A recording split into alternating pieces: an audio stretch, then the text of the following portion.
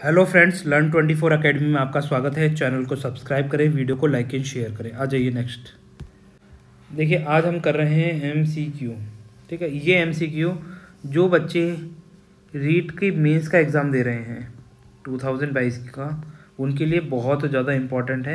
जब तक आप अपनी तैयारी के बारे में नहीं जानेंगे कि आपकी तैयारी कैसी है, आप क्वेश्चन पेपर सॉल्व नहीं करेंगे, तब तक आपको पता ही नहीं चलेगा आप जो पढ़ रहे हैं वो ऑथेंटिक है, उसके क्वेश्चंस किस तरीके से बनेंगे। तो ये जानना बहुत ज़रूरी है। सिंपल से क्वेश्चन बनेंगे, तो आज ये थोड़े थोड़े करके देख लेंगे। देखिए, पहला क्वेश्चन स्टार्ट करते हैं। देश के हर नागरिक को डिजिटल सेवाएं प्रदान करने के लिए प्रारंभ किए गए कार्यक्रम का नाम है, बताइए। आपको इस तरह के क्वेश्चनों के आंसर ज़्यादा से ज़्यादा 10 सेकंड में आ जाने चाहिए। अगर आपको 10 से 20 सेकंड लग रहे हैं तो कोई दिक्कत नहीं है, परंतु अगर आपको ऐसे क्वेश्चन करने में 1 से 2 मिनट लग रहे हैं या उससे भी ज़्यादा समय लग रहा है तो ये एक चिंता का विषय हो जाएगा और आपके हमेशा नेगेटिव में ही नंबर आएंगे। तो इसीलिए 1/3 जो नेगेटिव मार्किंग है उससे बचना है आपको। तो आपको अपनी तैयारी को और ज़्यादा मजबूत करना है, चीज़ों का रिवाइज अच्छे से करना है, जो भी सिलेबस में टॉपिक दे रखा है उनके बारे में आपको डिटेल नॉलेज होनी चाहिए। आ जाइए, अब देखिए इसका ऑप्शन देख लेते हैं। डिजिटल भारत, ई कैफ़े, ई शासन या ई बैंकिंग। तो बताइए, इसका आंसर आप कमेंट सेक्शन में लिखिए। तो आई थिंक आपने इसका आंसर लिखा होगा, कमेंट सेक्शन में दिया होगा। जिन बच्चों ने आंसर कमेंट सेक्शन में नहीं लिखा वो चीज़ें भूल जाते हैं, इसीलिए हम आपको बार बार कहते हैं कि आप अपने जो भी आपसे क्वेश्चन पूछा जाए उनका आंसर कमेंट सेक्शन में ज़रूर लिखें। देखिए, इसका आंसर है डिजिटल भारत, मतलब डिजिटल इंडिया। ठीक है, ये बहुत ज़्यादा इंपॉर्टेंट टॉपिक हो जाता है। आ जाइए, ई कैफ़े आप जानते ही हैं, इलेक्ट्रॉनिक कैफ़े। यहाँ पर आप जाइए, इंटरनेट सेवा आपको मिलती है। ई शासन क्या होता है? ई गवर्नेंस होता है।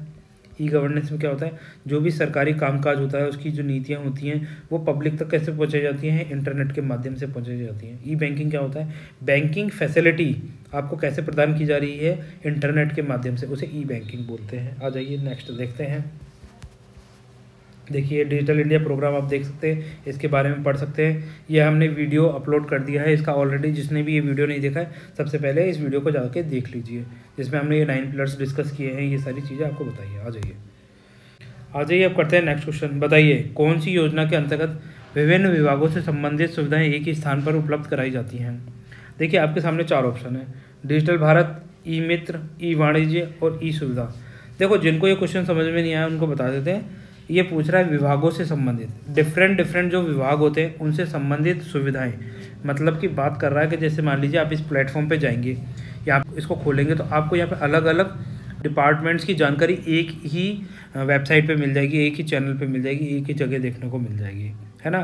जैसे मान लीजिए यहाँ पर आपको मिल जाए जल विभाग के बारे में, यहाँ पे बिजली विभाग के बारे में पता चल रहा है, इसमें आपको रोडवेज के बारे में जानकारी मिल रही है, यहाँ पे बैंकिंग के बारे में सुविधा मिल रही है। ठीक है, यहाँ पर आपको एजुकेशन से रिलेटेड मिल रही है, यहाँ पे सरकारी कामकाज की नीतियों के बारे में पता चल रहा है। तो आप बोल सकते हैं कि अलग अलग डिपार्टमेंट की जानकारी आपको एक ही प्लेटफॉर्म पे मिल रही है। तो उस प्लेटफॉर्म का नाम पूछ रहा है, क्या वो डिजिटल भारत है, क्या वो ई मित्र है, क्या वो ई वाणिज्य है, या वो ई सुविधा है। इसको इंग्लिश में बोलेंगे तो डिजिटल इंडिया, ई मित्र, ई कॉमर्स या ई सुविधा। देखिए, इसका आंसर है, देखिए आपने इसका आंसर कमेंट सेक्शन में दे दिया होगा, तो अब मैं इसका आंसर आपको बताता हूँ। इसका आंसर है ई मित्र। ठीक है, ई मित्र पे जब भी आप जाते हैं तो वहाँ ये सभी प्रकार की फैसिलिटीज़ आप एक ही प्लेटफॉर्म पे मिल जाती है आपको। डिजिटल भारत का मकसद क्या है कि हमारे इंडिया को क्या करना है? डिजिटली एम्पावर करना है। ई वाणिज्य का क्या मतलब होता है?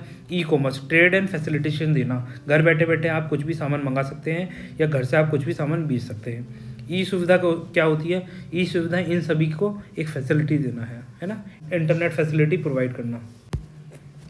ई मित्र, आप ये देख सकते हैं कि देखिए, ई मित्र राजस्थान सरकार द्वारा सरकार के विभिन्न कार्यों का फ़ायदा उठाने के लिए सभी जिलों में ऑनलाइन तथा ऑफलाइन कार्य करने के लिए बनाई गई ई गवर्नेंस योजना है। ठीक है, इसमें सभी जितने भी डिपार्टमेंट्स होते हैं उनके बारे में जानकारी यहीं मिल जाती है आपको। आ जाइए नेक्स्ट क्वेश्चन देखते हैं। बताइए, उत्पादक तथा क्रेता के मध्य मध्यस्थों की श्रृंखला छोटी करने का कार्य क्या कहलाता है? उत्पादक होता है प्रोड्यूसर, क्रेता होता है सेलर, के मध्य जो भी मिडिल मैंस होते हैं ना, जैसे बहुत सारे मिडिल मैंस होते हैं, बहुत सारे चैनल्स होते हैं, है ना। जैसे मान लीजिए ये फैक्ट्री हो गई, फैक्ट्री से वेयर हाउस जाएगा, वेयर हाउस से ये ट्रांसपोर्ट होकर रिटेल वेयर हाउसेज में जाएंगे अलग अलग स्टेट्स के। ठीक है, उनसे फिर ये क्या होगा? रिटेल शॉप्स पे जाएगा, बड़ी रिटेल शॉप से छोटी रिटेल शॉप पे जाएगा, छोटी रिटेल शॉप से ये कंज्यूमर तक जाएगा फाइनली बोल। तो अब इन सबको एलिमिनेट करने वाली जो चीज़ है वो कौन सी है इनमें से, ये बोल रहा है। इनको ख़त्म करता है और सीधे फैक्ट्री से कंज्यूमर तक सामान पहुंचा देता है सिर्फ एक आदमी, बताइए कौन, ऐसे पूछा है। तो ई शासन है, ई गवर्नेंस की बात कर रहा है क्या? नहीं। ई प्रजातंत्र की बात कर रहा है क्या? ई डेमोक्रेसी? नहीं, ये दोनों नहीं। ई पुलिस का क्या काम होता है? ई पुलिस का काम होता है कि भैया आप कोई एफआईआर दर्ज करनी है, आपको किसी क्राइम हिस्ट्री के बारे में जानना है, किसी क्रिमिनल का रिकॉर्ड देखना है ना, ई पुलिसिंग के थ्रू पता चल सकता है। तो इसका आंसर क्या होगा? ई वाणिज्य, ई कॉमर्स, जो आपको घर बैठे बैठे ट्रेड फैसिलिटी प्रोवाइड करता है। आ जाइए नेक्स्ट क्वेश्चन देखते हैं। देखिए ई कॉमर्स, आप ये देख सकते हैं कि आप ये लैपटॉप से कुछ भी ऑर्डर करेंगे, सामान आपके घर तक आ जाता है। आप ये सब चीज़ जानते हैं, ये पढ़ सकते हैं यहाँ पर। जिसने ये वीडियो नहीं देखा है वो वीडियो पीछे प्लेलिस्ट में जाके देख सकते हैं, हमने ये सारे वीडियोस बना के डाल दिए हैं, ठीक है। आ जाइए नेक्स्ट क्वेश्चन देखते हैं। कौन सा साधन ई लर्निंग में प्रयुक्त नहीं होता है, बताइए? डिजिटल प्रशिक्षण, पुस्तकें, डिजिटल पाठ्य सामग्री या इंटरनेट? तो देखो सिंपल सा क्वेश्चन पूछ रहा है कि ई लर्निंग में जब भी आप इलेक्ट्रॉनिक मतलब लैपटॉप पे, कंप्यूटर पे, टैबलेट पे, मोबाइल फ़ोन पे जब आप पढ़ाई करते हैं, इलेक्ट्रॉनिक माध्यम से आप पढ़ाई करते हैं, तो इनमें से किस चीज़ का इस्तेमाल नहीं होगा? क्या डिजिटल पुस्तकों का इस्तेमाल होगा आपके अकॉर्डिंग? क्या सिंपल पुस्तकों का इस्तेमाल होगा जो आप टेबल पर रखी रहती हैं? क्या डिजिटल पाठ्य सामग्री का इस्तेमाल करते हो आप उस समय? क्या इंटरनेट का इस्तेमाल करते हो आप उस समय? तो बताइए, इसका आंसर कमेंट सेक्शन में लिखिए। देखिए इसका आंसर है पुस्तकें। हम क्या करेंगे, पुस्तकें तो हमारे फिजिकल मेथड है, ठीक है, डिजिटल मेथड नहीं है ना, ये फिजिकल मेथड है। पुस्तक हाथ में ली और अपन ने पढ़ना चालू कर दिया, पेन पेंसिल से इसमें मार्क कर लेंगे। पर ये डिजिटल प्रशिक्षण हो गया, डिजिटल पाठ्य सामग्री हो गई या इंटरनेट हो गया, इन सब में ई लर्निंग का इस्तेमाल होता है। आ जाइए नेक्स्ट। देखिए ई लर्निंग के बारे में आप यह सारा पढ़ सकते हैं, ठीक है, ये देख सकते हैं, ये लड़की यहाँ पर इंटरनेट के माध्यम से पढ़। आ जाइए अब देखते हैं नेक्स्ट क्वेश्चन। बताइए ई शासन द्वारा उपलब्ध करवाई जाने वाली सेवा कौन सी है?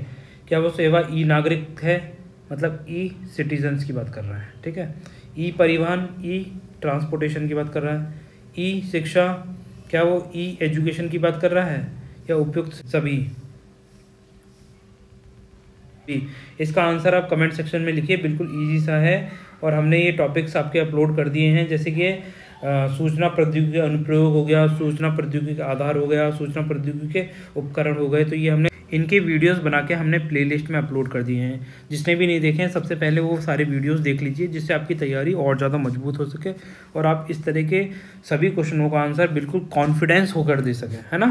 तो इसका आंसर है, मैं आपको बता देता हूँ, उपयुक्त सभी, इन सभी का ही इस्तेमाल होता है। आ जाइए। तो देखिए वीडियो को लाइक एंड शेयर करें, चैनल को सब्सक्राइब करें। अगर आपकी कोई क्वेरीज़ हैं तो वो आप हमसे आस्क कर सकते हैं, अगर आपके कोई सजेशंस हैं तो वो आप हमें दे सकते हैं, ठीक है। तो तब तक के लिए बाय, और अपनी तैयारी को और ज़्यादा मजबूत करें, ठीक है। अपने सिलेबस को देखो अच्छे से देखें, पढ़ें उसको बार बार, उसके अकॉर्डिंग टॉपिक्स देखें। तो हमारे वीडियोस पे इसी तरीके से आपको बताया जा रहा है कि आपकी जो रीट की तैयारी है, आप रीट में ज़्यादा से ज़्यादा और बच्चों से ज़्यादा स्कोर कैसे कर सकें, है ना।